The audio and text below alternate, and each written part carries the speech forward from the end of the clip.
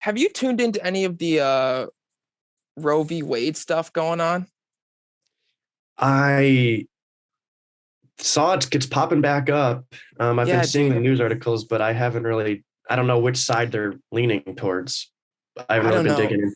It's just crazy that it's coming back again. Like it's been Right. 49 years or Yeah. something like that. And now we're doing it one more time.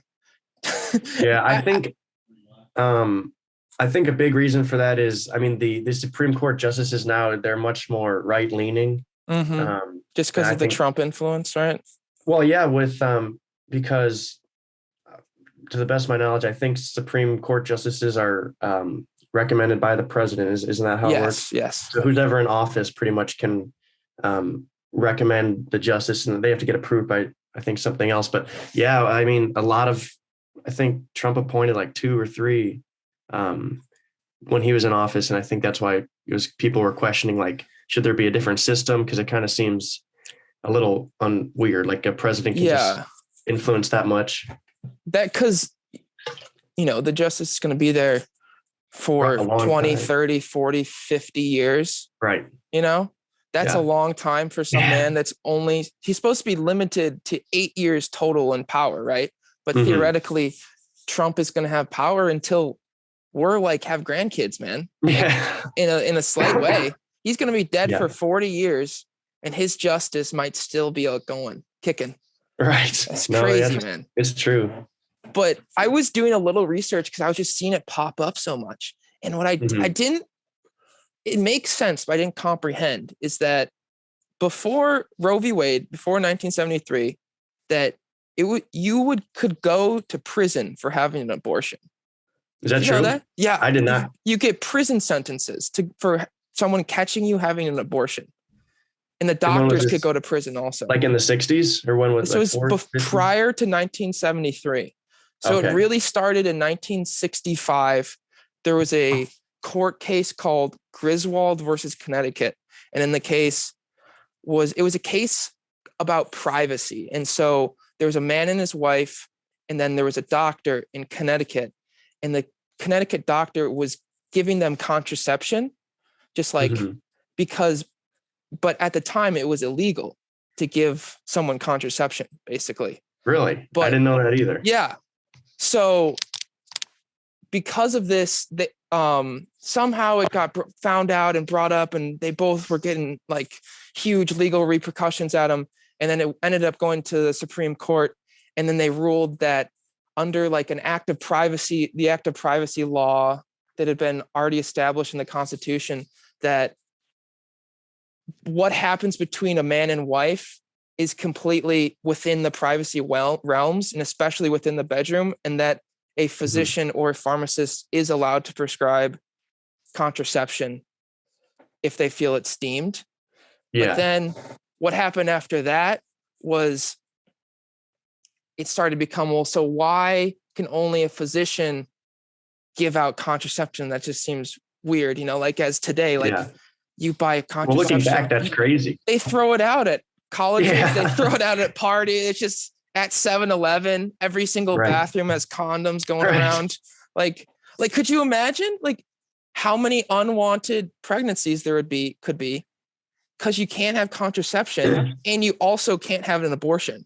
Like Right. that's kind of like, whoa. Yeah, and the other thing is like, especially at schools, like you see them at college campuses, like the schools know people are doing this, so you might as well do it in a Yes. safe way, you know? Yes. So I think you can get like free contraception at whatever the health clinic is on campus here. Like it's like, look, we know you guys are doing it, so do it safely. Is Yeah. pretty much is how it is. And so what happened a couple of years later is it was this guy who's a professor at Boston University. His name is William Bard, but he was giving a lecture on contraception.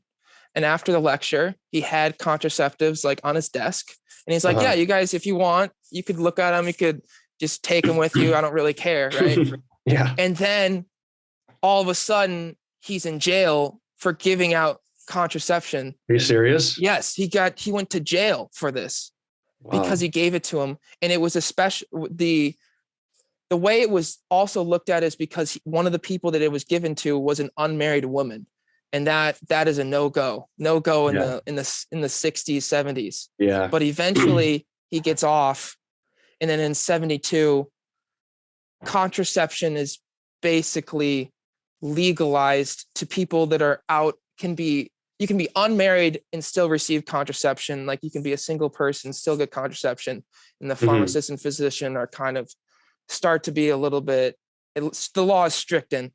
And then that's what those precedents are what leads us up to Roe v. Wade, which was kind of the kicker, which finally gave us the abortion freedoms or whatnot. But in that process, people got pissed off, of course.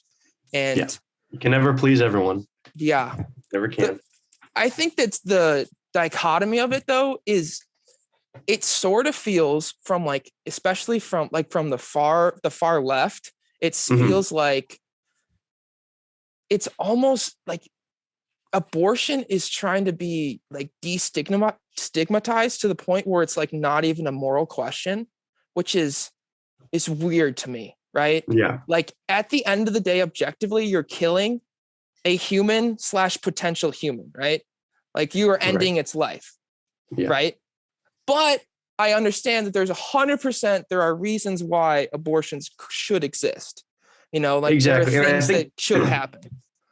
Yeah, I think you're right in the aspect of like, no matter who's doing it, it's not like, you're not going to feel good about doing that. Yes. But like you said, for other instances, whether it was, unplanned or in aspects of rape or other aspects, but sometimes you have to go through with it. And I don't think it's ever something where it's something that you can enjoy doing. I don't know what I'm trying to say, but there's reasons where it's justified. Yes. And so then that brings us closer to today where Trump definitely enlivened the movement. I mean, the March for Life movement had been going on for a while, but what I think was starting to be a kicker was in Texas in September, I believe, they made a law that's saying that you're not allowed to have an abortion after 6 weeks, which is when the heart first starts. Was that the thing in Texas? Texas, yes. I remember that's pretty recent. What was that, like this September. August or September? Yeah. Okay. That was big. I remember there was a lot huge. And now it's like all these states are like, oh shit, wonder what we can do, And so then Mississippi, I think in December or November around there, Mississippi goes and they make like a 15-week rule. And so now it's starting to go. And I was reading an article in the Tribune the other day that was saying that Southern Illinois, like Planned Parenthood and abortion centers are just expanding rapidly, preparing for all of these states to kill abortion rights. And then they're going to have all these people migrating to have abortions, which goes back to the like contraceptive thing where it's like people are doing it.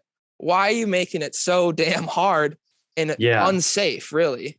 Right. Yeah, that's actually a great point. And back to that 6-week thing, I was talking about it in a class, I remember now. And the thing with 6 weeks, it's like in some aspects, depending on like when you actually find out you're pregnant, have the capability to go to a Planned Parenthood facility, like the 6 weeks could have already been passed. Yes. Or like it could have already been too late. And that's kind of why I think Texas tried to enact that, where it's like, it's borderline. Basically just illegal. Yeah. Damn, dude. Yeah, people do some sleazy stuff, man. But I don't know why it recirculates so much. And I don't know. I have a little bit of I definitely have a little bit of a libertarian kind of bone in me where I'm like, just let the people do what they want to do. Don't glorify it. Don't shame it. It's just what it is. Sometimes it's necessary. Other times it's not.